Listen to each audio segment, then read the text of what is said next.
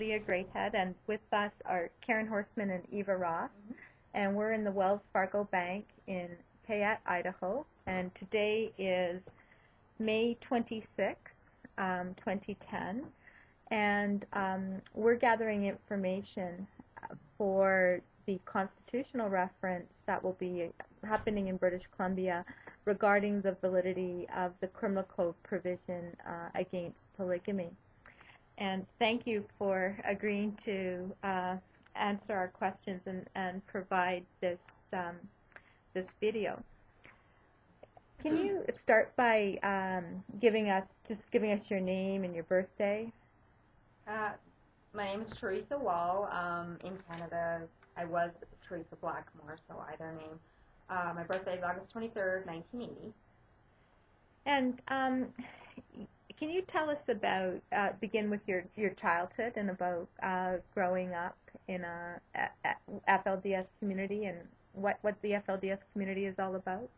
Yeah, I was born in Haledale, Utah. I grew up most of my life in Salt Lake City, Utah. I grew up, in my household when I grew up, for most of my childhood, had two moms. My dad had a wife prior to my mom. She had 8 children. My mom had 14. Later on down the road, he had another wife. And, it was, now I look at it, pretty crazy childhood, now that I know what normal is. The first wife was very abusive to my mom and her children, so were her children. She was kind of favored in the family, so her and her children really, they didn't have to do any work or anything. My mom and us, growing up, we pretty much did all the meals, cleaned the house, did all the canning. My early childhood, we used to live in the basement of our house. We weren't allowed to go upstairs. That's where the first wife and her children lived. We weren't allowed to go up there. There's a lot of my early childhood I really don't remember.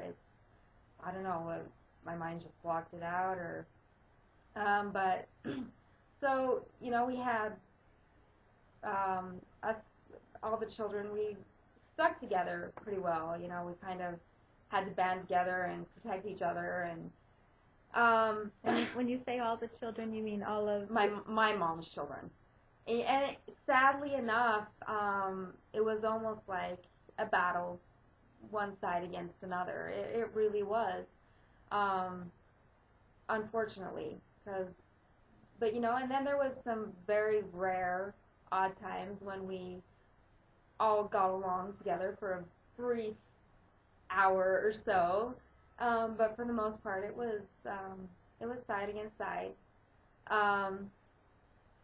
When I was about, my older brother, he was a pretty free thinker. He was my mom's oldest boy. He got a lot of abuse from my dad, from his wife Smyrna, her and her 2 older boys. But he definitely was a role model for us to kind of be our own thoughts, and he was our protector. When I was about 10 or 11, my dad actually kicked him out of the house. And the last I saw of him, he was hitchhiking, and the sign on his backpack said Denver. It was definitely a very hard time in all of our lives, because he was our protector, he was our role model. And so then, when he was gone... How old was he about at that time? He was, I'm not sure if he was 18. I don't remember for sure how old he was. He was 17, 18. He was old enough to be out of the house. And he had told me many of times that he would have left if he hadn't been for us. He felt like he had to stay there to protect us. But he's the one that fed us. He's the one that brought in the food. He helped buy our clothes, well, at least material for our clothes, shoes, things like that, where if he hadn't been there, we would have to come up with it ourselves, which we did in mowing lawns or selling lemonade or shoveling driveways, whatever. But after my brother had left, it became really, really tough in our household.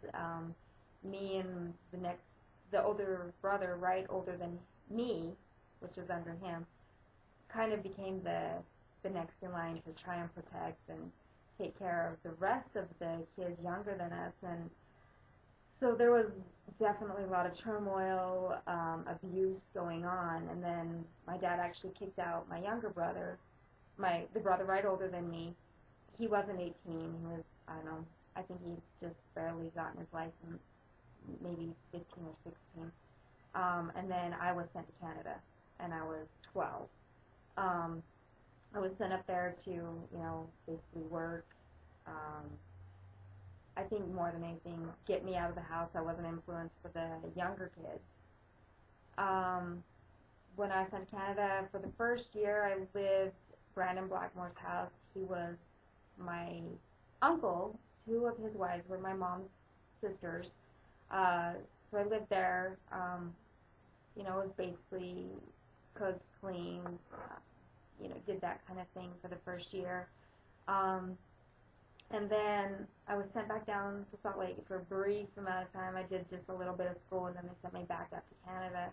So when you came back to Salt Lake, that was back with your mom, and was there dad and two wives? Yes, or? My mom, my dad, and then he actually had three wives now. Right. He had gotten the third one. What was your relationship like with your father as a child? Oh, my goodness. Me and my father did not get along at all. I was smack dab in the middle of the boys, so I kind of got treated like one of the boys. He was, my dad was extremely abusive to all the boys, and he really never was to any of the girls except for me. But I was pretty outspoken, and I stood up for the younger kids. I wasn't scared to fight back, and so that kind of made me a target for, him, some of the things that he would do. So when I came back for a brief amount of time, I was 13. At that time, they had actually forced me into a meeting with Rule and Jeff. And at the time, there was Rule and Jeff, Warren Jeff, Wendell Nilsson was in the room, and then two of my sisters that were married to Rulin already were also in the room. And Rulin is the prophet, yes. This was before he passed away. He was a prophet at the time, and my mom actually tricked me into it. She was bringing me to a dentist appointment. I had just come from Canada. I had had a horrible tooth that I needed fixed. I was in serious pain, and we were supposedly going to the dentist appointment, and we show up there. And I warned my mom. I said, if you make me go in there, I will not speak. And she, of course, didn't believe me. So we went in there. I was actually half out of it as it was, because I'd taken some pretty heavy pain medication. I was in a lot of pain, and at that time they were pressuring me to marry Rule and Jeff. They were wanting to get me married off. They considered me a rebellious child, that I needed to, a rebellious young adult, because obviously you can't marry children, and they don't believe in that, supposedly. And they were wanting me to get married. They wanted me to marry Rulin. And how old were you at this 13. time? 13. I was 13. I had just turned 13. And so the whole time, I just didn't say anything. I just had a very blank stare. They kept asking me questions, and I would not talk. And this went on for about an hour, and pretty soon my mom is crying, kneeling down at my feet, begging me to please answer him, how disrespectful I was being by not answering him. And finally, the only thing I said was that I would rather die than marry the Rule and Jeff. And how old was Rulon at the time around? Like, oh gosh, I know he was over 80 when he married my older sister, so I don't know, 80 in his 80s. 80s, probably later 80s. I really don't have a clue how old he was. Although you know he was over 80. I knew he was over 80 because I think when he had married my sister Rebecca, I think he was, I want to say 82 or 83, but like I said, I'm not sure. And how old was Rebecca? She was 7. I think she just turned 18 when she did marry him. So she was older, but he was at least 50 years older than her. Oh gosh, yeah, it was definitely. So after that happened, my parents were very disappointed. I was banned from the property. I could never come back to the property again. I was a huge disgrace, and they sent me back to Canada. And that's when I was sent to Sundre, Alberta, to work in the post mill. And so, from pretty much from 11, 12 years old on, I really didn't have a whole lot of contact with my family. Eventually, my other siblings were sent to Canada. Some of my younger brothers were sent to Canada as well to reform. It really didn't do much good, but so that was actually nice in the fact that I actually had some family, because we were all really close. At least, my mom's children were really close, and so. What did you do in Sundre? We were in the post mill. We made posts. Primarily my job was, they had a big, they call it the peeler, and it peels the bark off, points it and domes it, and then they have like a little platform on the back, and I usually would stand back there and throw logs on in between, so they'd have more production. It speeded things up. Or I was on the other side stacking the different sizes of the posts.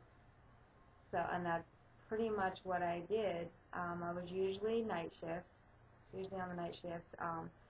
Some of the things that they do to try and break me, what they would say is break me, is, for instance, when it's pouring rain outside and everybody else has a slicker, I wasn't allowed to have one. And many a times John or Winston would come to me and they'd say, this can all end if you'll just get married. And I wouldn't. And it's odd. And who is John? Sorry, John. John Blackmore he was one of the crew bosses. And he's actually Brandon Blackmore's son. And so several times they would come to me and say, hey, this can all end if you'll just get married. And you were what age again during that second time when you went back? 14, 15. And for instance, when it was freezing cold outside and everybody else had nice Sorel boots and coats, I had just a pair of tennis shoes and whatever coat I had in my, whatever I had, and I wasn't getting any money, so it wasn't like I could really take care of myself in that end of things. I ended up getting my toes frostbit, but thank goodness, I didn't lose anything, but my ears got frostbit, my fingers got frostbit. So, and then when I was 17, this carried on, and finally I think they just realized, that was not going to break me. That was only making me more determined to not do what they wanted me to do. So when I was 17, I was rush trip, not a planned one. I was just told to get in, and I went down to Crescent, and Winston met with me, and he just said, you're getting married this weekend. I don't care what you say. And I said the same thing to Winston as I said to Roland. I said, I am not going to marry you. I'd rather die. And of course that offended him. And in that week span, he made me come back to him at least once a day, and several times he ended up yelling at me She was so frustrated because I was, what they called stubborn and rebellious. Um, Finally, and Rule and Jeff had come up that weekend, and Warren, and my parents showed up, and this was 1998, and um, there was a lot of things I didn't believe, and then there was a lot of things that I didn't know, and I felt like, well, the year 2000 is coming. I really felt that I was going to go to hell anyways. I had my... Was there something significant about the year 2000? It was the end of the world. They believe that, they call it, our whole lives we were raised thinking that in the year 2000 there's going to be this great destruction and only the righteous people will survive. And in their mind, righteous were people in the FLDS. I remember as quite a small child asking my mom, you would hear of great miracles happening all over the world with all sorts of people. It didn't matter what religion they were, For instance, like what I specifically remember, there was a fire in California, and they had this story about a house that the whole perimeter of the house was not touched, but everything around it was burnt to the ground. And they were, it was in a magazine, and they were talking, and on the news, it was an article, or maybe it was a newspaper, it was an article. And I remember looking at it and asking my mom, I said, well, if only we are blessed, and this person that we have no idea who it is, that, they weren't touched by the fire, isn't that a miracle? And she said, yes. I'm like, well, how is it that he's blessed then if he's not part of the FLDS? And funny thing, interesting, and quite a few times in my life I heard this was, well, it must be somebody that, if they were introduced to it, would accept the golden beliefs, and so that's why they were protected. And so, yeah, I was definitely raised to believe that I was nowhere near righteous enough to be saved. So, in my mind, I was so exhausted with fighting and with just being so alone in trying to, because I had lots of aspirations. I wanted to finish school. I wanted to go to college. I wanted to do all these things. And were you, when you were working at the Post in Sundre, the Post plant, were you going to school? No. The last year of school that I actually completed was 8th grade.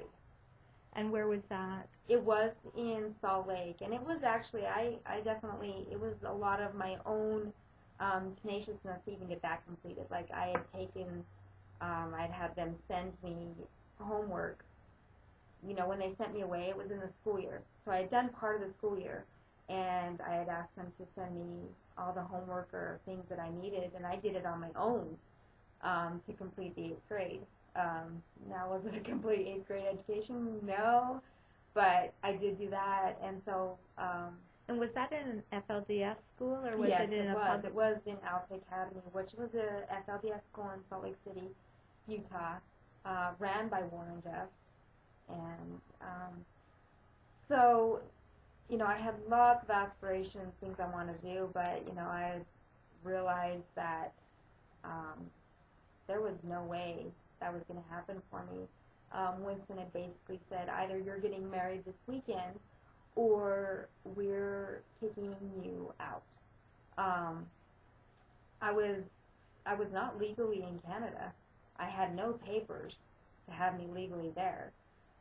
17 years old, I had no money, I had nowhere to go, and I knew that there was no way I was going to be able to get any work being there. I had nowhere to go in Salt Lake. My parents were definitely not going to take me, and so I felt very trapped and compelled.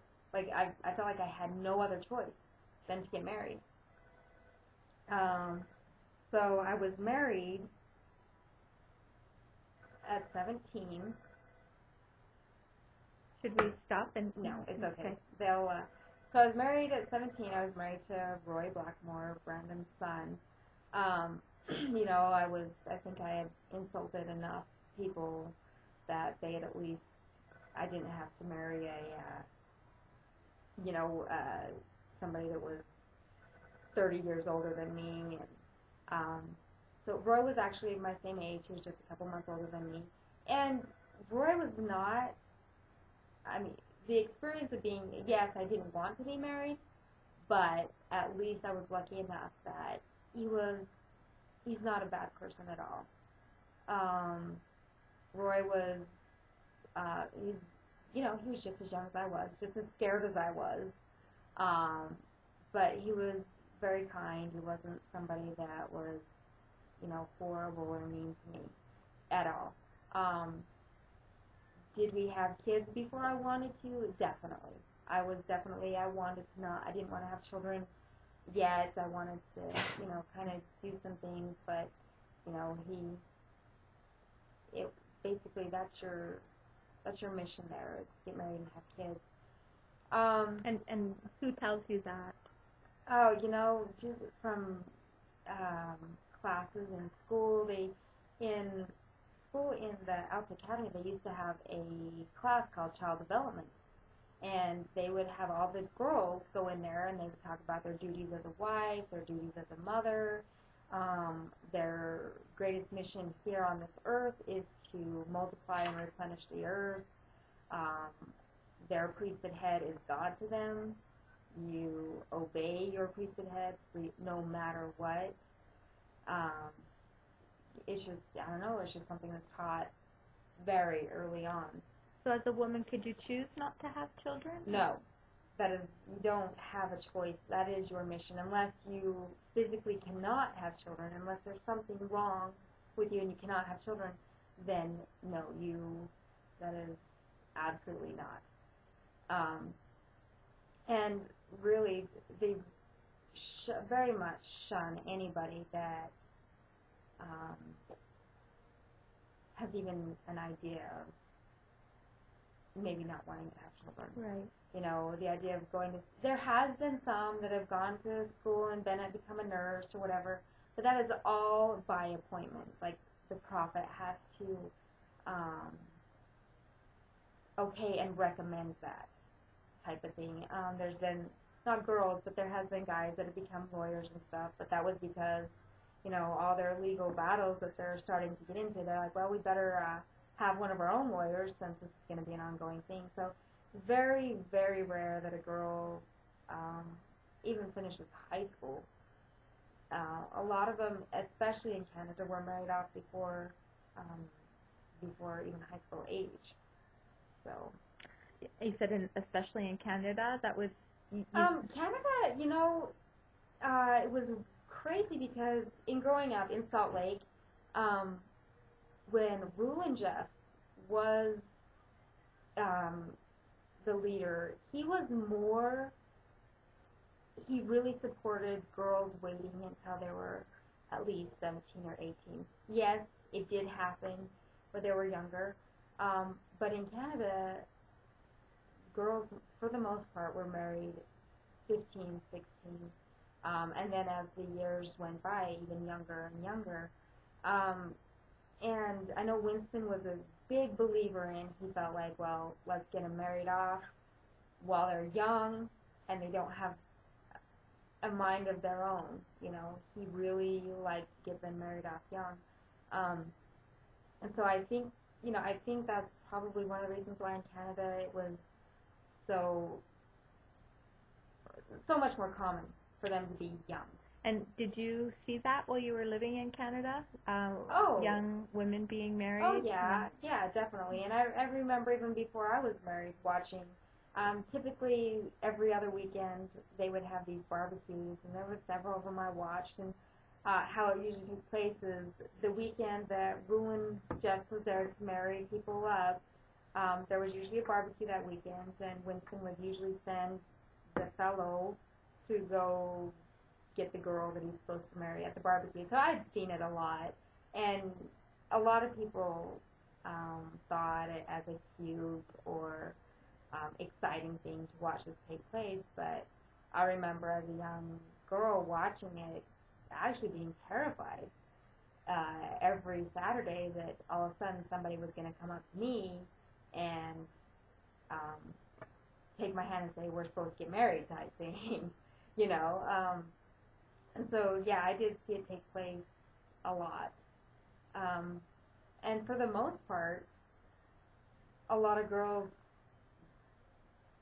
wanted, you know, with their raising, they wanted to get married young.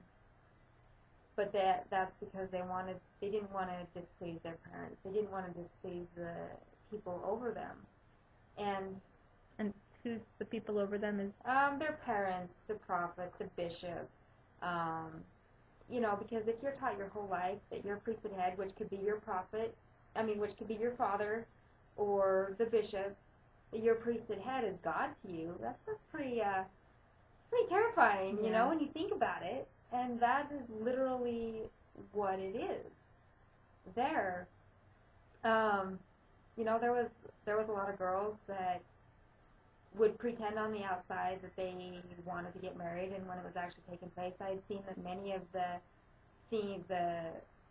back screen that nobody else saw, the girls crying because they were pregnant, or crying because they were married and they didn't want to be, or and you know, a lot of them, you're taught your whole life to stay away from boys, that boys are evil and wicked, and then all of a sudden one day. Who's teaching you that?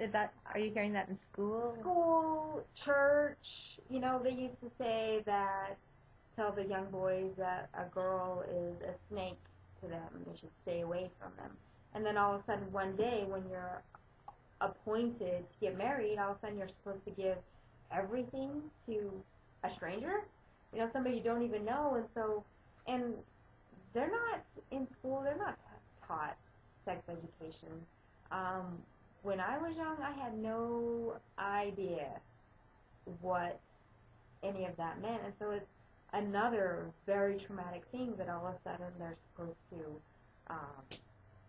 sleep in the same bed and have this relationship when they're taught their whole life that's a bad thing. Right. And a lot of them don't even know what's going on. Right. So it's a very traumatic, painful experience, but most people don't see that. Even parents, you know, when I'm in a group of young girls that have just been married and behind the scenes, not in front of anybody, and we're talking about our experiences, and, you know, it's pretty heartbreaking. You know, I know Jane Blackmore, she was my midwife. I know she saw that all the time. And that was really rough for her to see all these young girls terrified, scared, sad, but, you know, afraid to let anybody over them know this. Right. So yeah, I was married, had 3 children. I mean, that's a long story short. Yeah. But so back to your marriage, you had said that Winston said, "Get married or get out." Yes. Essentially. Yeah. Yeah. And Yeah. and so what happened? How did you become married? So he basically said, "This is what's happening. You're going to get married this weekend." I really didn't feel like I had a choice. My parents came up. You know, I had my mom begging, pleading, bawling to get me to just get married. And so I'd given up. I decided, okay, fine, I will get married. I believe it was a Sunday morning. Or was it a Saturday? See, that's the bad thing. I don't even remember. I remember I was half out of it. Like, everything seems like a blur to me. I think about it now, and I can't even really picture the whole thing in my mind. It was all kind of a blur. But I believe it was a Saturday morning. It was May 31st. My mom had brought up a wedding dress. So she had made it, or? Yeah, she had brought one up. The night before, they did any alterations so that it fit right. I remember I got up, I got dressed. I was crying. My sister had combed my hair. I had walked to Winston's house, because that's where they were marrying him, one of his top house, with Roy.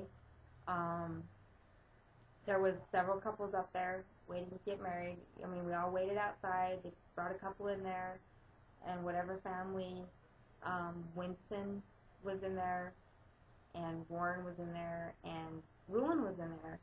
But it was actually Warren that did the actual marriage. His father was failing at the time, so that's when Warren kind of started to take over. We got married that night. We stayed the night.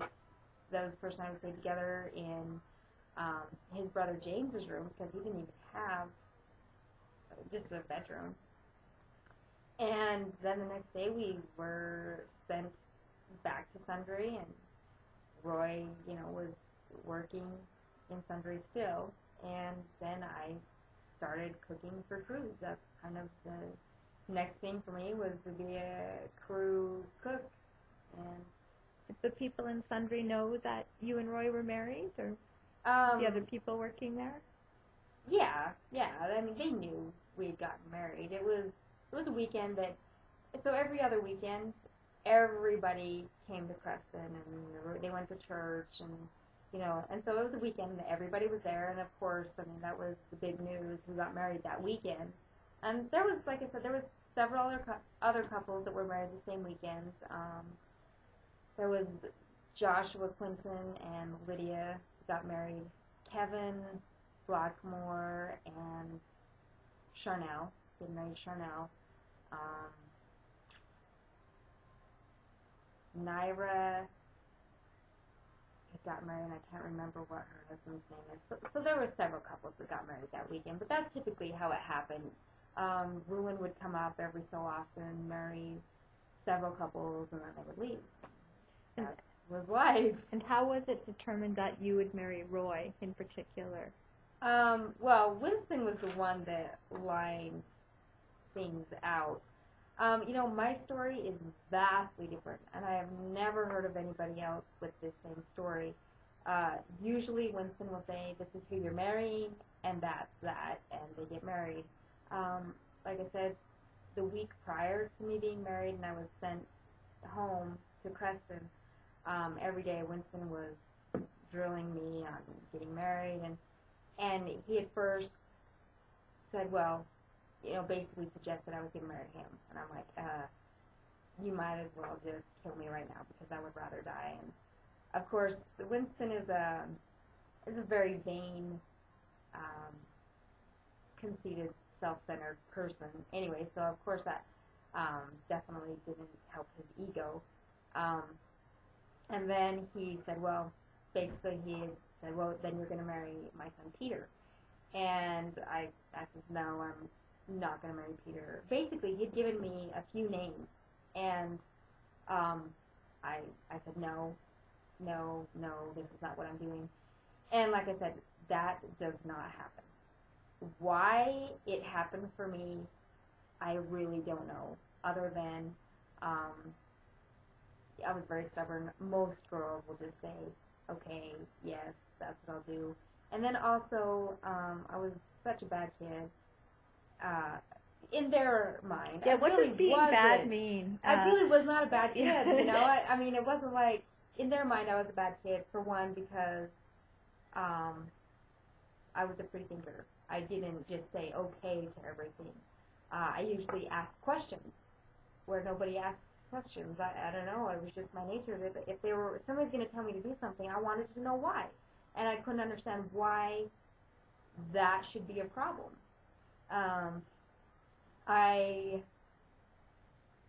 And really that is why I was considered a bad kid. That's why I was considered rebellious. I asked questions, and I did not say okay right away.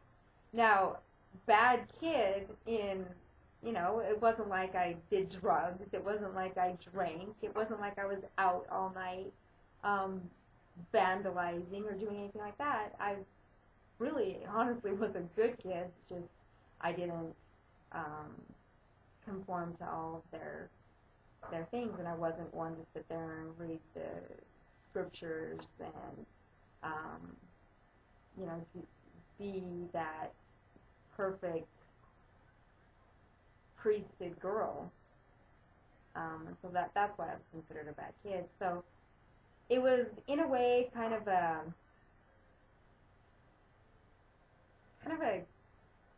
feather in Winston's hat to have me married off.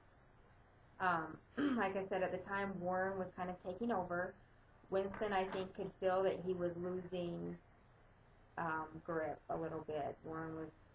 Things were kind of shaking up at that time. And so I think that the reason why he was more saying, in giving me a small bit of a choice, was that he was just going to be done and determined it happened. And if it did, then that would make him look good because somehow he conformed this rebellious girl to be married off. So that's really the only explanation I can have to why my story happened like it did. So he gave you a number of choices. He did. He actually did. Which, like I said, that does not happen.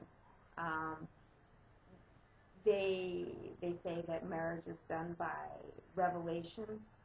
I was smart enough to know that that was not true. And so I think Winston was just scrambling to make sure that when I got to the altar, I said yes. And so I think that is one of the reasons why I got the choices where I'm like, no way, absolutely not. And so when he did finally mention Roy, and really what happened is Roy's sister, Susie Lou, who had also been in Sundry with me, had gone and seen Winston and basically said, I don't know what she'd said to him, but whatever it was, after that, that's when he suggested her brother Roy. And I had nothing against him. He was my same age at least. He seemed nice enough, and even though I didn't want to get married, I'm like, well, if this is what's going to have to happen anyways, might as well take this over some of these other suggestions. So that's how that happened. I'm positive, if you were to ask any other girl that has come from there, they would never be able to say that yes, they had a few different choices, because they don't. It's usually, this is who you're marrying, and this is when it's going to happen. Right. So. Right. And you mentioned, you've made it very clear that you weren't about to marry Winston. Yeah. But was there any prestige associated with marrying Winston? Oh, definitely. And even marrying Ruin. There was a lot of girls that either asked to marry Winston or Ruin. You know, their prestige was, you know, being the prophet's wife or being the bishop's wife. Most of the time, they had a lot more money. Most of the time, they were taken care of. They didn't have, you know, they had no need for wants or anything like that. I don't know, to me, that didn't really matter. I didn't care about prestige. You know, now, Winston, I know he's gotten so many wives and children that a lot of his wives are living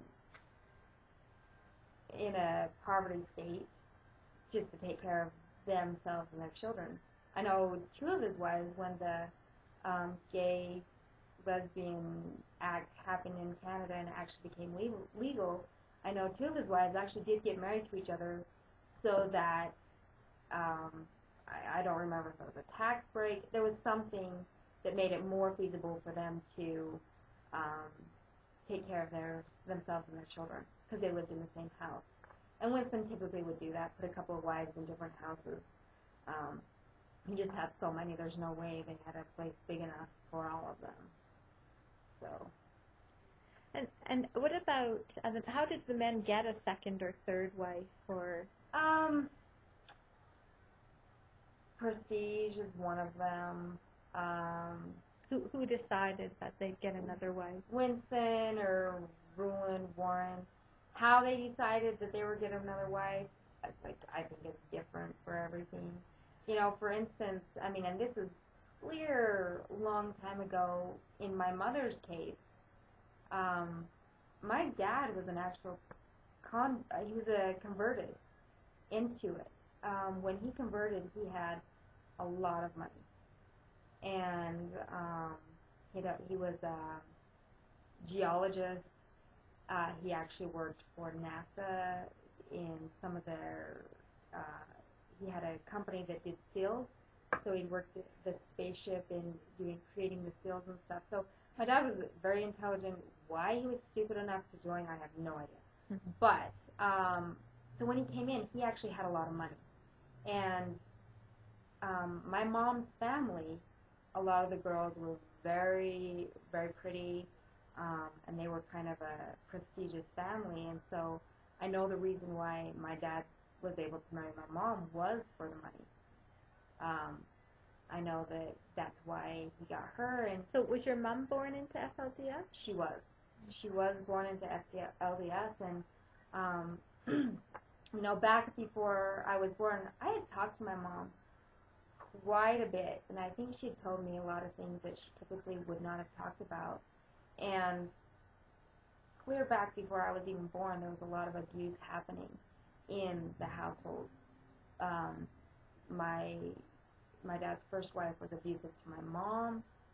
She was very abusive to my mom's kids. And I remember when Roy Johnson was the prophet, my mom said that she had gone to him and said, "This is what's happening. I cannot live here anymore."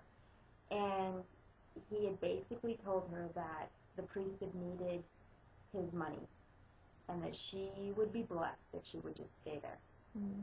And was that typical? If there was a problem in your marriage, did the prophet become involved?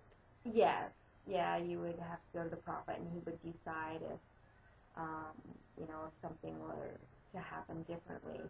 But, so, you know, that is the only story I know for sure of why my dad got another wife. Right. And did your dad ever have his wives taken away from him, or? Yes, eventually, you know, my dad, he had sold his company. He had given everything he had of any value to the priesthood. You know, when I was a young child, then we actually, it came from my dad having lots of money, businesses, being very successful, to absolutely nothing, and we just struggled to even eat every day. And after that, and I mean, there was still abuse. I mean, there was really no reason for the things to be happening to happen. There was, and so the decision that my mom actually be taken away, I don't disagree with that decision. I disagree with why it was made. You know, now my dad didn't have any money. He was not an asset to the priesthood anymore. So why they chose then to take care of the problem, which should have been took care of years ago, that to me is, that's just wrong. So the prophet, though, decided that she should no longer live with your father, mm-hmm. and that she should go somewhere else. Yeah, the prophet. Was that Rulon, or? Yeah, it was Rulon. He had decided that he took my mom away, and he'd taken his third wife, Gladys. He'd given her a choice. That was your dad's third. Gladys was your dad's third wife? Yes. And Myrna was just, I mean, she was able to stay. Myrna's the first wife? First wife, yeah. So yes, they taken my dad, you know, taken us away. And were you living in, were you in Canada time, then, or? You know, it's interesting, because the first time we got taken away, we'd been taken away from my dad and sent to my grandfather's ranch. And honestly, Is that your mom's dad then? The grandfather on yes, your mom's side? My mom's dad, the Steed Ranch. And honestly, I really don't know where it was. I remember getting loaded up at night and showing up there. I know it was somewhere in southern Utah. It wasn't in Colorado City. It was a drive from there. I don't know if it was around Pingwich or where it was for sure. I was asleep every time we had ever went there, but we'd gone there. Me and at the time, I did live there. We were sent there. We lived there for several months, and then we were sent back home. And my dad got another chance to, I guess, another chance to do the right thing, whatever they want to say anyway. So that was like that for a while, and then I was sent away, and then my mom was taken away for good. I was in Canada at the time. I really don't remember the time frame of when it happened. I've been in Canada for a long time, a year or so. So when it happened, so I believe I was actually even married when she actually was taken away and placed in Fred Jessup's home. But So she was reassigned to Fred Jessup? yeah. And did they get married too then, or? Yeah, they did. They actually did end up getting married. She had lived there for a while before they were married, and then she married him. I don't remember the time frame between how long she lived there and then how long they actually married him. And that happened quite a bit. Fred Jessup, he never could have children. His whole family was a variety of people, of either widows that had lost their husband or women that had been taken away from their husbands and placed in his home. Sometimes they were placed there just to live there until they found something else to do with them, but more likely than not, they were ended up married to Fred. So your mom went there, and did she go with any of her children? Yes, when she went there, she had David and Kyle, Sherry, Allie, and Elisa when she went to Fred's house. Thomas and Todd were left behind. They left them in Salt Lake. How old they were so young. And are Thomas and Todd the twins? They're twins, yeah. Why they left him, I don't know that part of the story. I wasn't there. It was just such an odd. They weren't invited to go. Yeah, the whole thing was just such an odd thing that I don't understand or even know why things were done like they were. But they definitely were left in Salt Lake. My brother David and Kyle, they were treated very badly in Fred's house.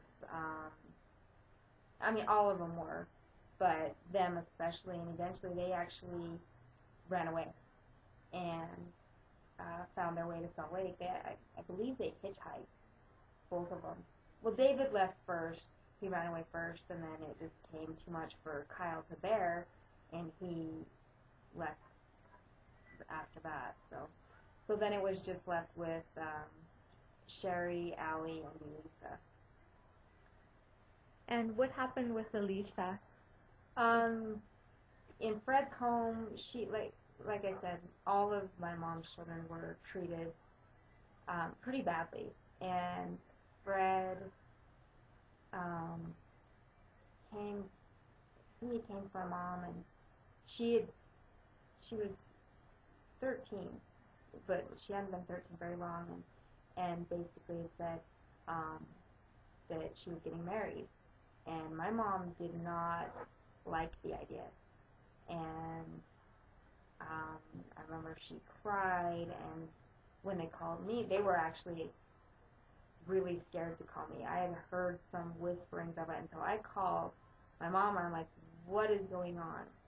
And she told me what's going on, and I told my sister Lisa, I said, do not do it. I said, you can come live with me, and we'll find you a place in Salt Lake, we'll figure something out. Do not do it. And she didn't feel like she had an option. and she was told, she was basically, she really loved me. She loved my kids. She liked Roy. Roy wasn't a bad person, and so she was told that if she were to come to Canada and live with me, then the children would be taken away. So basically, she was given this ultimatum, well, if you think you're going to do something like that, then, they're aiding your rebellion, and they will have to be punished, type thing. Roy really wasn't in favor of her doing it either, because he was scared to death. He was going to get his family taken away. So she actually, after begging and pleading that she could wait and not be married at that time, she was actually forced into marrying our cousin. It was our first cousin, same mother, same father, cousin. You know how sometimes there'll be a cousin from another mother, same mother. So very, very closely related cousin. So she did end up getting married when she was 13 years old. And she did not want to. She was, even at the wedding, she was crying and sobbing and pleading to just let her wait, let her finish school, let her get older. But they didn't give her that choice, Basically, she would not be welcome in the home, and they told her that she couldn't be in my two younger sisters' lives or my mother's life if she didn't do this. So it was pretty traumatic thing. And of course they kept me out of the loop until it was done. If I had the ability, I would have drove down there and just taken her somewhere safe, because I had already known what that was like. I'd already been through it, and I did not want to see that for her. But they were definitely very careful in how they went about it. So. Did she ever come up and spend any time with you in Canada? Yes. So after she got married, it was very traumatic. She was very sad, very miserable. I talked to her several times on the phone, and basically that her husband was, forcing himself on her. She had a really hard time. So I was able to convince everybody, well, why don't you let her come to Canada? She can spend some time, kind of regroup, and, I played their little game, and then she can learn how to go back and be a good wife. I knew what they wanted to hear. So I knew how to put it in a way to let them allow her to come up. So she did come up to Canada 2 different times, I believe. One of the times she came up, she was actually pregnant. She went through a horrible miscarriage while she was up there. And I was hoping that in a way that we could just sway in a way that she could just stay there forever and not go back.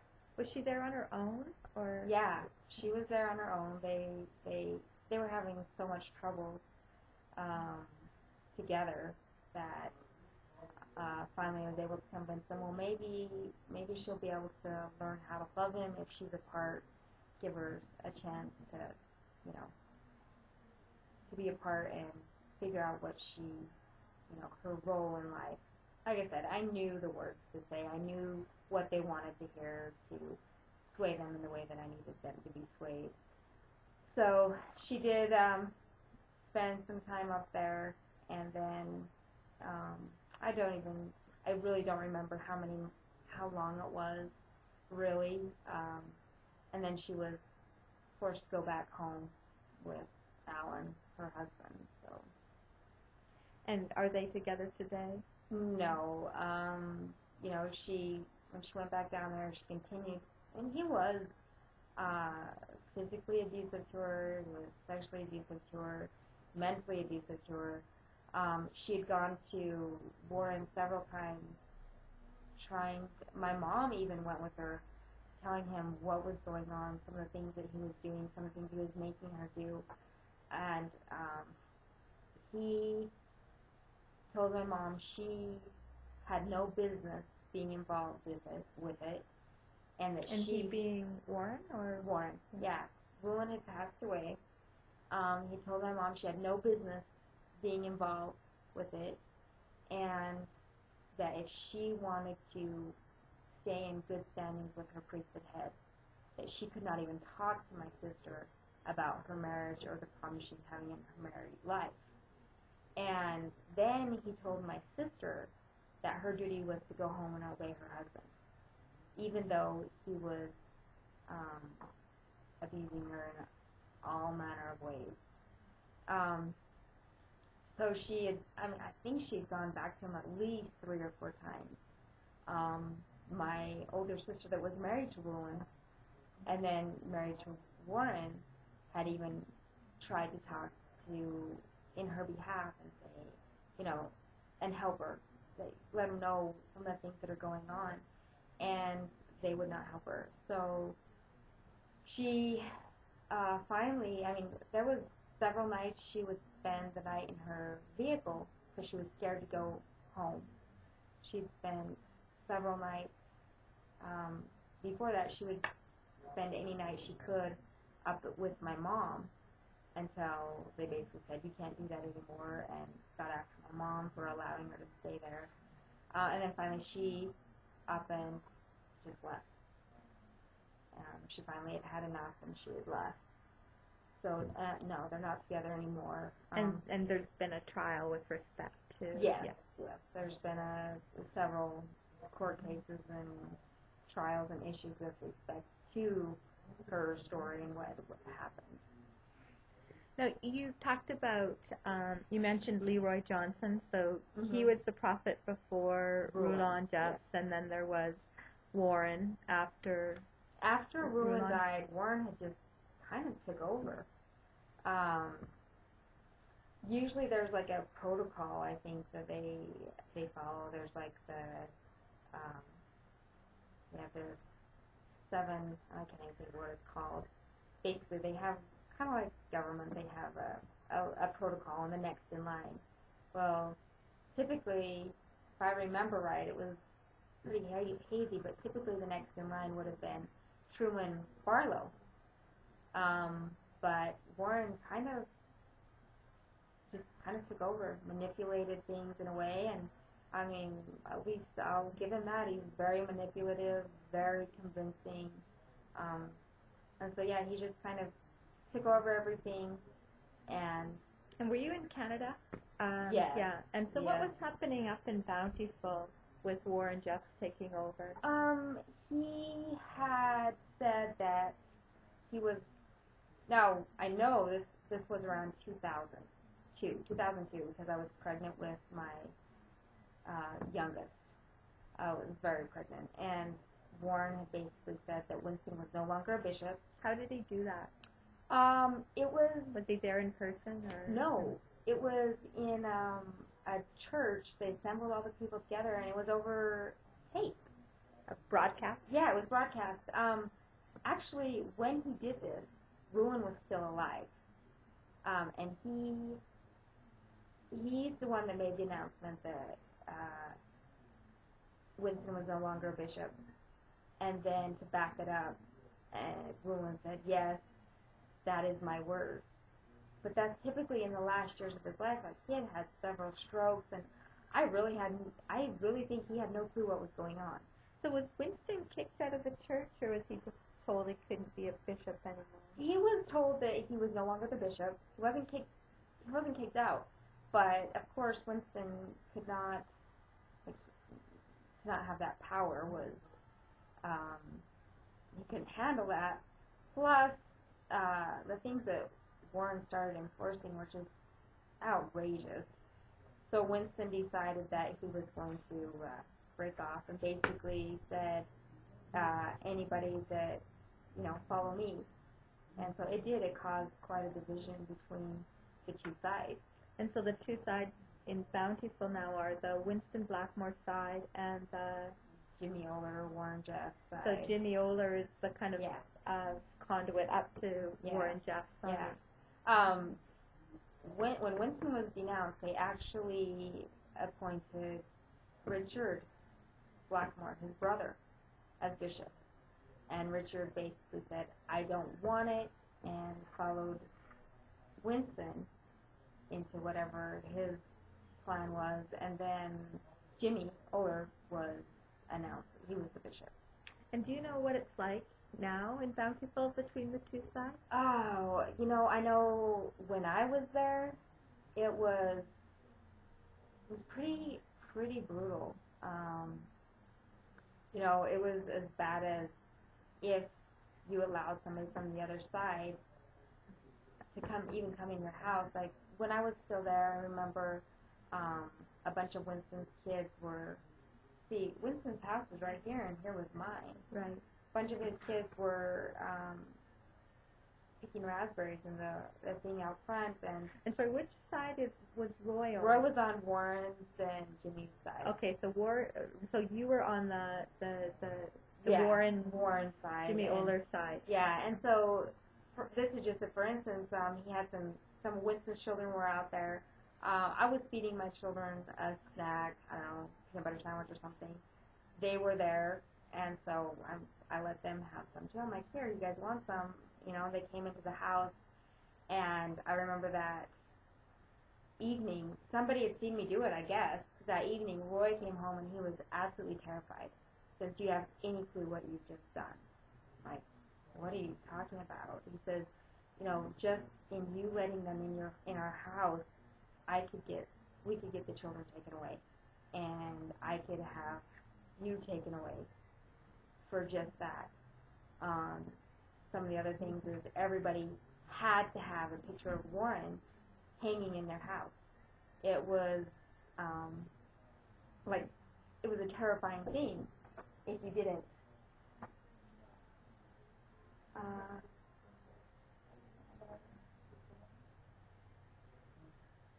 Probably not a whole lot longer.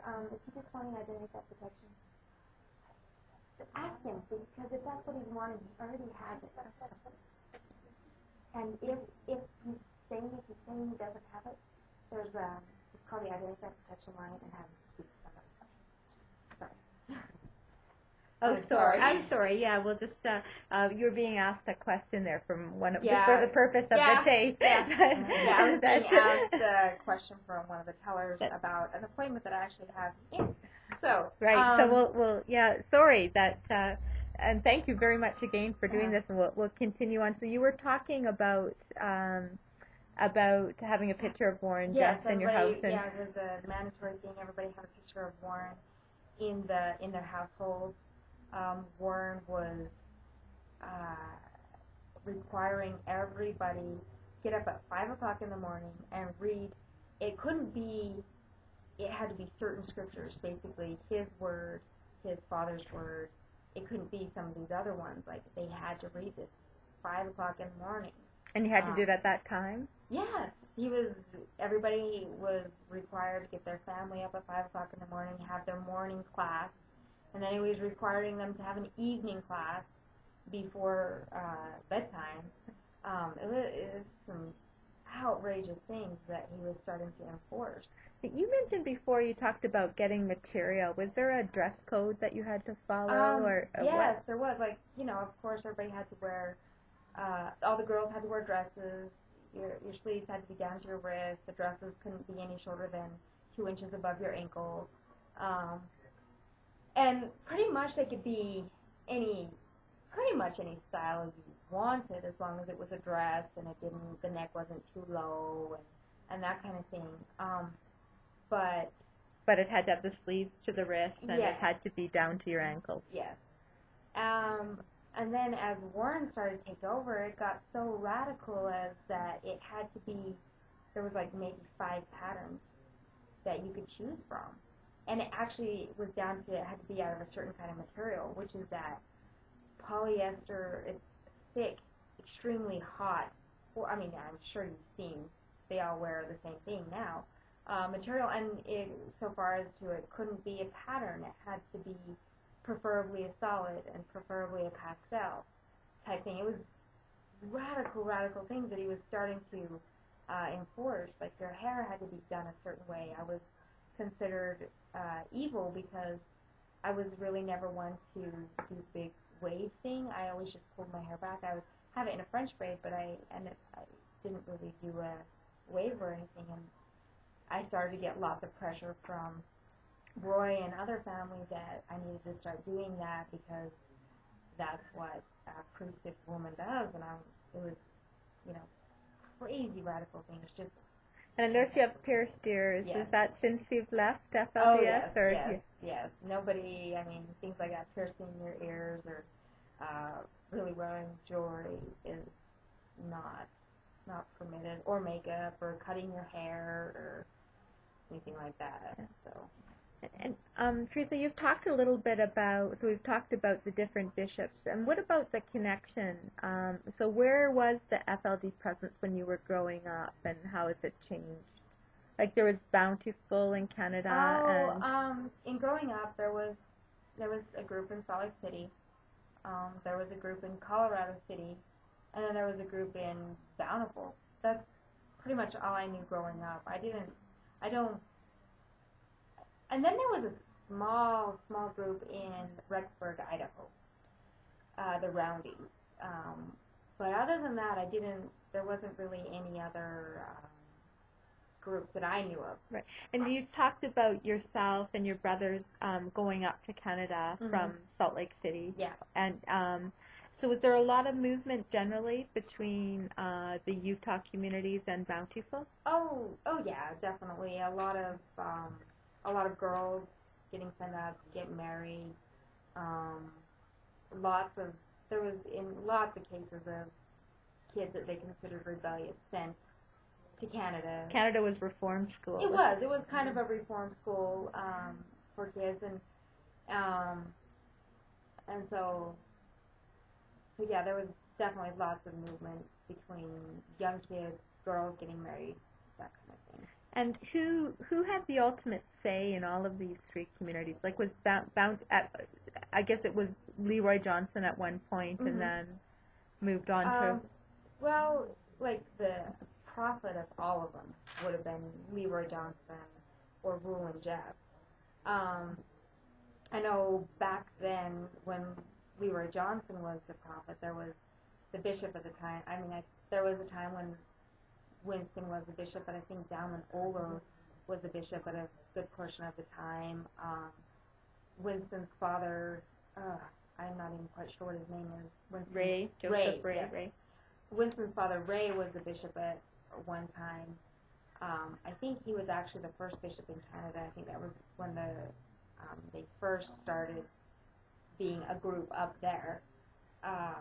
How it came to be or how they came to be converted, I really don't know. Right. And then it moved to Winston, and he was the bishop for most of the time. And in Salt Lake City, there was really not a bishop. It was, at least in me growing up, because the prophet Rulin lived there, and so did Roy Johnson lived there for a good portion of the time too. So. Were your neighbors FLDS people, or were they?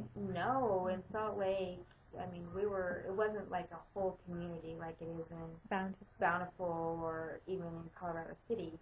It was just random, different places. So how did you explain your three moms growing up? We did not really have anything to do with our neighbors. And I don't know, I never really had to explain that. We never really had to do with anybody outside of the FLDS. So there was nobody asking, how come you have three moms? And we weren't allowed to even play with the neighbor kids. Like, that was considered, big no-no. And for the most part growing up, we were terrified that if we spoke to anybody outside of the group, that we could get taken away, or that our father could get arrested and taken away. So why were you terrified? Who was That's in school, in church, Sunday school, teachings from your parents. You know, you were always taught to be very careful and secretive about your family and how many wives your father might have, or what were you told about people on the outside? That they were Gentiles. They call them. I'm sure you've heard several of us talk about them being Gentiles and that they were wicked and evil, and that all of them will try and hurt you in some way or another. So naturally, you know, many people have asked me since I've left, why do people stay there? Why, like, if it, why do they continue to stay there when they could leave? And they're scared. Yeah. You know. Yeah. They're scared that, for one, if they do leave, that somebody's going to try and hurt them. And then two, if somebody doesn't try and hurt them and pretend to help them, because there has been cases where somebody has left and they exploited them all over TV and then dropped them. Didn't really give them any life tools on how to even move about in the real world. And so, I mean, there's been many cases where younger kids would leave and they would get involved in the worst of crowds. They'd get involved in drugs and all sorts of things because they had no tools. Right. And right. So, as things like that happened, that made more people inside of it even more scared that if they leave and somebody says, oh, we'll help you, that they're just going to be splashed about all over TV, right. get their story and be done with them. Yeah. So, and so, yeah, it's very, very terrifying thing as a kid. And I don't know, I'm sure as you notice, if you go out into Bountiful, the kids will run in, if they see a stranger, they'll run in their houses like they're going to get attacked, you know. And even my kids, when they were small, even though I was not an influence saying these people are going to hurt you, because, you know, I wised up and I realized what it's about, they were getting it from school, church, cousins, aunts, uncles. They were so terrified if a plane flew overhead, they would run in the house like they were going to be shot and cry. Like my son, he really believed.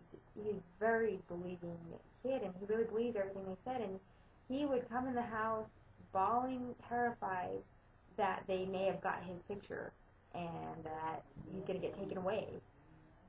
So it's very terrifying thing. And you mentioned you went to Alta Academy, which was a school run by FLDS in Salt Lake City, and you're saying 8th grade that and so at the time you got married, you that's the highest level of education. Mm-hmm. And were you offered to go to school in Bountiful? Did they? No. You know, I had started a little bit of 9th grade, but I didn't finish it. And no, I was not offered to go to school. And in fact, about a year before I finally left, I had started looking. I had found out about the Home Links program, and I started looking into it. Is that in Creston? Yeah, because I really wanted to finish school, and I was discouraged and from even doing that. Like, and this is when you were married? I was married and had kids. And who would you have to get permission from someone to do that? You know, at the time then, you know, Roy was really scared of anything that I did for fear that, regardless of his beliefs, I do know that he loved his kids. And, you know, I know he loved me, and so he was really scared of anything that I did that could be questionable and afraid that, you know, we were going to get taken away. When he knew I was looking into the Home Links, he just didn't want me to do it, and then wanted to make sure that I didn't tell anybody else I was doing it. So. And that's like a correspondence school? to finish high school. different than the GED equivalent. Like you would actually go in and take assessment tests, and they would figure out what classes you need to go to and stuff. But you would actually have to go to classes in town, which was not exactly looked on very well. So were you able to do it or not? I had started the process, but it was so much fight and turmoil to do it that I had given up, and I had left soon after that anyways. Since then, I've actually finished and gotten my GED here. Oh, great. So, yeah, I did do that, but... And what about Roy? When you married Roy, what was his education level? He had only been 8th grade. Actually, I think only 7th grade. And interesting thing enough, it was a huge desire of his to graduate from high school as well. And he got snatched out of school and sent to work. And that's actually something that he really wanted too. And he never did get the opportunity to do that. Was that typical for boys in Bountiful at that time? Yeah, yes, definitely. Winston felt like that boys were getting a better education working than in books. And so I don't know very many boys at all that actually finished high school. There was some so bad they didn't even know how to read, and they were sent to work. And were they paid to work, the boys? No. It was kind of this thing that Winston would basically tell them, that they worked and then they would get a house and a wife. They got paid $80 every 2 weeks. All the boys got paid $80 every 2 weeks, and whatever money that they made was just donated to the church. And then after you got married, you got bumped up to, I believe it was $500 every. We basically lived off of $1,000 a month after you get married. And they're all working for one of Winston's companies? Yeah, or JRB, Blackmore and Sons. I think it's since all this has happened, I think J.R. Blackmore has turned to Prairie Holdings or something like that. There's been a couple of other companies pop up. There's B-Boys, and I think they have a few different departments they do, and log houses to railing and fencing type thing. So, but pretty much everybody worked for a company that was part of the SLDS. You didn't typically go, I don't really know of part of anybody. You didn't go work for the BC government or something? Yeah, I didn't really know of, at the time when I lived there, everybody I knew worked for JRB. Right. And then, Ken Oler actually started a company. So it was either JRB or Ken Oler's company, but they were all companies that they were paid very minimal amount of money, and then all the rest of the proceeds went to the church. And so, you mentioned the term Gentile for the outsiders, and then we've also heard the term apostate. Can you tell us what an apostate is? Well, I am an apostate. Actually, apostate is somebody that was part of the FLDS, and then they left. And apostates are actually worse than Gentiles. So on Warren's side, they consider everybody on Winston's side apostate. I'm not really quite sure what Winston's side considers Warren's side. I don't know. But, yeah, if you've left, then you're an apostate. And are you allowed, if you're in the church, to speak with an apostate? No. You're not allowed to speak to them. Even if they're your mom or your sister or your brother? Yeah. Even if it is your sibling or even your children, even if it's your own children, you're not allowed to speak to them. You're not allowed to be with them at all. Really, they are dead to you. That's how you're supposed to treat it. And you can get in very much trouble in talking to an apostate. And did you ever have to deal with any of of speaking with apostates while you were in the church? Yes, I did. I actually, because I just continued to speak to my family. Like it was so bad as to when I would talk to my family and stuff. Like I had to make sure that Roy was not anywhere around, and it was a big deal if he found out if I was speaking to my family or even other friends that had left. You know, we were friends and they had left and they became apostates. That was big no-no. You know, and then there was a period of time where the year before I left, then basically they had come to Roy and said that you and your wife are no longer married. They being, sorry? Jimmy and whoever, like I was not there, but I know that Roy had come home one day and he was just so sad, and he basically told me that Jimmy had said that God's word that came from Warren, that we were no longer married, we couldn't live as husband and wife, our children were no longer ours, but we could live in the same house and we could raise the kids, but we were not to have a husband and wife relationship whatsoever. And you know, and when he told me this, I just started to laugh. I'm like, are you serious? And he was crying and totally believed it. And in his mind, I'm like, who cares what they say? Let's just go and be our own family and answer to us, make our own decisions. And he did not want to do that, and he believed it so much that I said, you know what? We're out of town almost all of the time working. How are they going to know what we do? And he believed it so much that he felt like that they could read his mind and they could know exactly what he was doing, even if they weren't there. Mm-hmm. So he was definitely very much mentally involved and brainwashed in that idea. So, you know, when this went on, and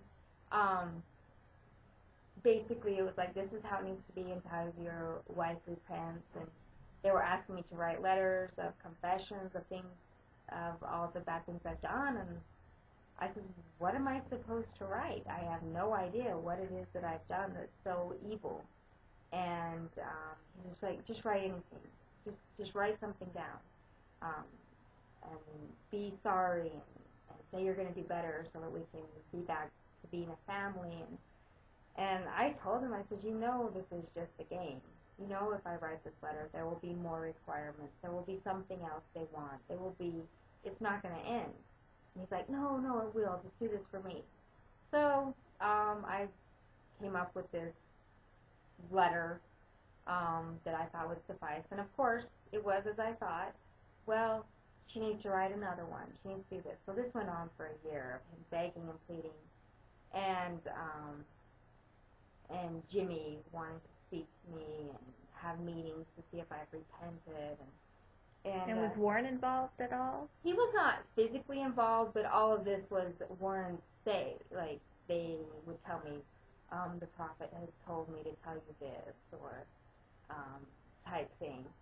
And then finally when, you know, and the whole time I had been saving money. I had gathered, you know, I would do sewing, I would do all sorts of things to save money, and I finally had about $2,000 together. And I just told Roy, I said, this is what I'm doing. I'm going to leave. I'm going to take my kids, and I'm going to make a life for them. And I said, you are welcome to come, and we can go make a life together and be independent and make our own decisions, or you can stay. But this is what I'm doing. And he, at that time, he said, well, I choose my priesthood. So I said, okay. And, you know, I didn't tell him anything until the day I was ready to leave. I had a little Kia. I packed whatever could fit in the Kia. packed the kids up, and I left. And so, I mean, didn't really give him time to, like, he didn't know it was coming. He felt like he was blindsided because, I was pretending to do all their repentance until I could get something together and leave. And so, where did you go? I came here to Payette. I had a sister that lived here, and I had been talking to her and kind of lining it up several months ahead of time before I actually left. But yeah, that's why I came to Payette. And what was it? Why was it? What was the kind of turning point for you as to for leaving?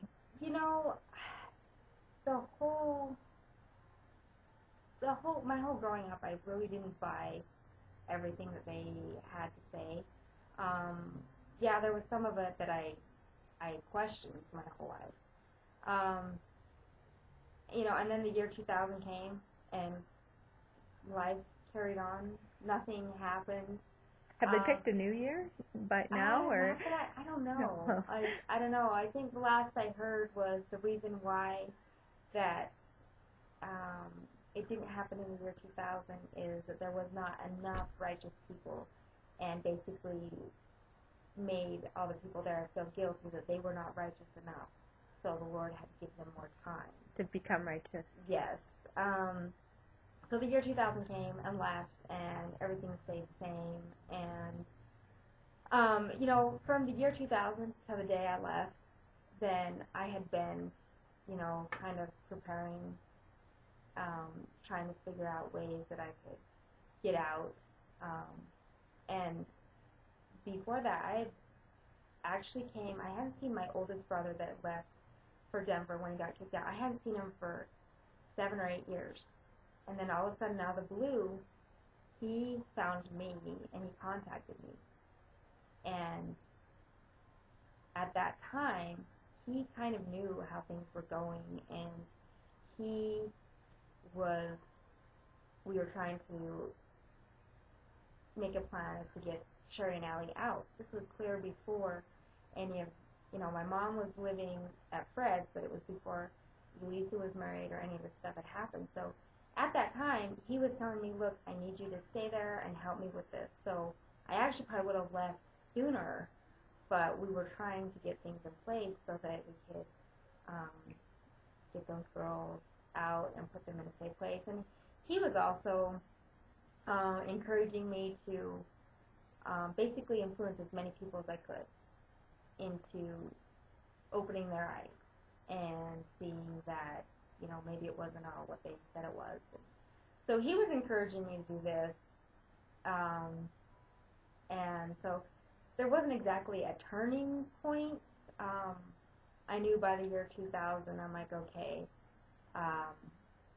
this is not what they said it is. And at that time, I started, in a way, preparing mentally to leave. But probably what the catalyst to finally just really get me to just make it happen was them telling me they're going to take my kids away. And that is probably the biggest catalyst is that. And so that's, yeah. Did you have any fears for your kids while you were in the FLDS community? Fears as to what exactly? Your girls being married young? Yeah, definitely. That was another thing. I was smart enough to realize, well, if I'm going to take these kids and I'm going to leave, I needed to do it when they were young enough to not be completely brainwashed or swayed into believing a certain way. But yeah, I definitely had fears. My sister was married at 13. And then I had heard rumors of, I mean, not rumors, but there was actual other girls that were starting to get married as young as 11 and 12. My daughter's 11 years old right now, and so definitely I had huge fears of that. And that was another one of my biggest reasons. I did not want, I wanted more for them than what I had growing up, for one. And then there was no way that I was going to see my girls married off as a child. And what about your kids when you were there in Bountiful? Were they going to school? Were they school age? Or? They did go to Bountiful School for a period of time, and then we were traveling around so much that they were partially homeschooled too. Like I would get their work from school and do it at home wherever we were.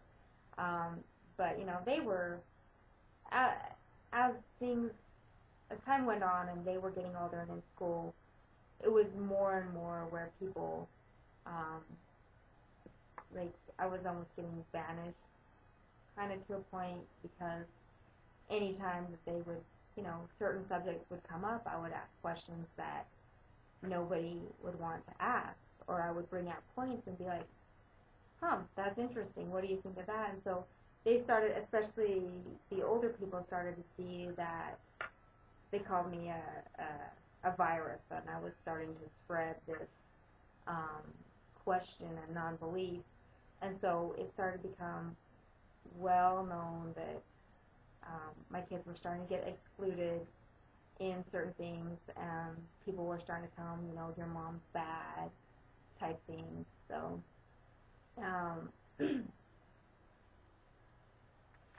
and so that, which was not exactly a bad thing. I didn't mind so much. It didn't bother me that we were excluded out of their little group, because I didn't really want to be there anyways. But yeah, they did go to school for a little bit, but for the most part it was a homeschool, which is mostly what is happening with most of the kids there. They're being homeschooled? Yeah. I don't even know if they have a school together up there still. I don't know. I know that there was a talk of them dissolving the school and everybody being homeschooled. I don't know if they did or if they didn't. But a lot of the young families are traveling around to different logging areas and that so much that for the most part they are homeschooled. So where did you live when you were traveling around from? Did they have places for you to live? Yeah, they had different places. They were pretty sad most of the time. Like trailers, houses.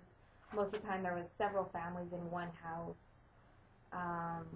I remember one trailer we got to, there was a hole in the bathroom floor. It was one of the worst places we'd gone to, and I remember walking the door and I started crying. It was freezing cold. There was no heat.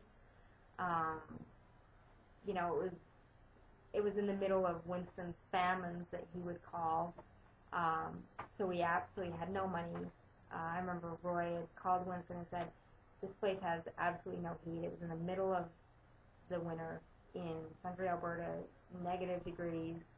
It was very cold. And Winston said, well, you basically said, well, I'm not going to help you. You can figure out how to get it fixed. Several nights the way we even could stay somewhat warm is we turned the oven on. I had the oven door open. Me and the kids slept by the oven several of the nights, until we were able to figure out a way to fix the heater. And pretty much what we ended up doing is Roy was able to he was able to get a load of firewood and sold it so that we could fix the heater in the trailer type thing. But most of the time they were very rundown places, and there was usually several families in one house. Was there ever any discussion, or did Roy ever take a second wife, or was there discussion about that? Oh, yes, there was plenty of discussions. He never did when I was there. We had plenty of discussions about it. There was lots of times when it come up, then I would say, okay, hold on a second. Let's just switch this around. And I said, what if we believe the other way? What if we believe that a wife took more than one husband. I said, how does that make you feel? And usually he would get all frustrated and mad. He would never say how it made him feel. He would just say, well, that's just not the way we believe. So yeah, there were several discussions. Of course, they never turned out harmoniously. More than anything, I did not want, I lived in a house that had more than one wife, and it was the brunt of many abusive things that happened, and I did not want that for my kids. I did not want him to take another wife and not have power over the way she would treat them or things like that. So. And could a man insist on having a second wife? Like, what say does the woman have in that? Oh, woman has no say. And so if they insist, then they get their way? It's not a question of do you want another wife or how would you feel about it. It's well, this is what's happening. You can either be gracious and accept the law of Sarah, or you cannot. There's no discussion about it as of is it okay, is it not okay, how do you feel about it? It's how it is. Yeah, that's just how it is. Now, what about your contact with your mom and your family? Have you had any contact with your mom? No. The last contact I had with my mom, it was about a year before I left. I had talked to her the night before. After I'd gotten married and kind of forgave my parents, it took me a long time, but kind of forgave them for, them basically abandoning me, sending me away, and I kind of forgave them for it, and I actually became quite good friends with my mom, and I talked to her for quite a bit. One night I spoke to her over the phone, and we had a good conversation, and she said, I was calling her about something, and I was going to have to call her the next day. I said, okay, well, I'll just give you a call tomorrow, and you can get that info, whatever it was. She was giving me a recipe or something. I don't remember for sure. And she says, okay, and she says, I love you, whatever. Didn't think anything of it. The next day I called, and she was not there. And was she at Fred Jessup's Yes. when you'd been calling her? Yes, she was at Fred Jessup's, and she actually knew the whole time that she would be leaving, and she didn't say anything.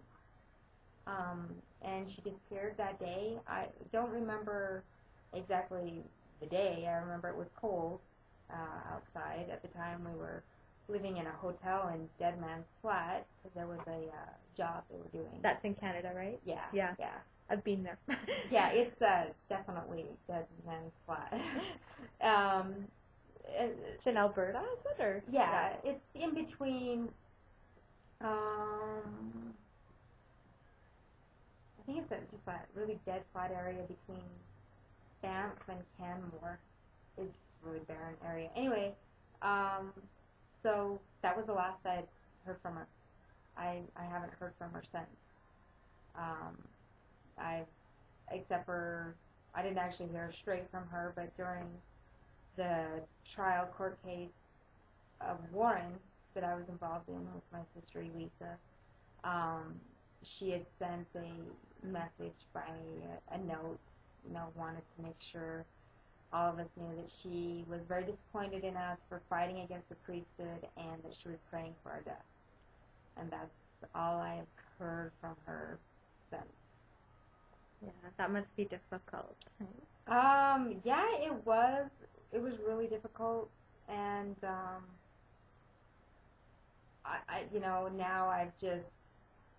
I console myself to the fact that I have no idea what kind of miserable life she must live, living in that society, everybody knowing that it was her children that put their prophet in prison. I'm sure that's got to be pretty horrible for her. So, I don't know. I have no idea what she's going through, so I cannot. It was tough, but I'm not going to judge her for it because I don't know. Well, it's been a long time. Is there anything else, Karen, that you... Just a couple of quick questions, and we won't keep you much longer, Theresa. But when your mom disappeared, she took Allie and Sherry with her, is that right? Yes. And those are your two youngest sisters? Yes. And so you also haven't been able to be in contact with them? No, I have not been in contact with them since either. We definitely have tried to find them. You know, me and my other siblings have tried to get custody of them before that they were married off and, you know, had babies, but we have not been successful. And then you mentioned that two of your older sisters, I think, had married Rulon. Is that right? Yes. Jennifer and Rebecca had married Rulon. Rebecca has since left. After Rulon died, she actually left. Jennifer actually married Warren after Rulon died. So Jennifer's still in the FLDS? Yes. Really? So of your mother's 14 children, how many are still within the FLDS community? 5. 5? And the rest have all left? Yes. And the only other thing I wanted to ask you about it is, Karen, for the purpose of the recording again, Theresa, is you talked about what led to your decision to leave the FLDS and that you ended up in Payette. How difficult a transition was that for you in the early years in terms of coming out into the world after? Oh, my goodness. You know, the first year, I really questioned myself if I was going to make it through. It was very difficult. You know, I had come down with no education, had 3 kids to take care of, had really no money to speak of. I had about $2,000 Canadian that I had gathered up, but by the time I'd crossed the border, it turned into $1,500. You know, and so it was very rough. I lived with my sister for a short amount of time. I was able to get a job. And, you know, it's interesting because I got a job at Wingers. It's a restaurant in Ontario, and it was a hostess job. And I realized then really how much I did not know. I was actually still very scared to talk to people, which, you know, now I look at it and I am so grateful I got that job because it forced me every day for 8 hours a day to greet people, talk to people. It was definitely a really good training for me. But in, you know, getting the kids to school and, you know, finding a place to live and all that, it was definitely very, very difficult. And I really questioned if I was going to make it through. But we did, and life works itself out, and so, yeah. Those are just the extra questions I have. I think we're all done then. Thank you right. very much, Theresa. So we're ending this at 11:42. 40. Yep. Thanks. Thank you.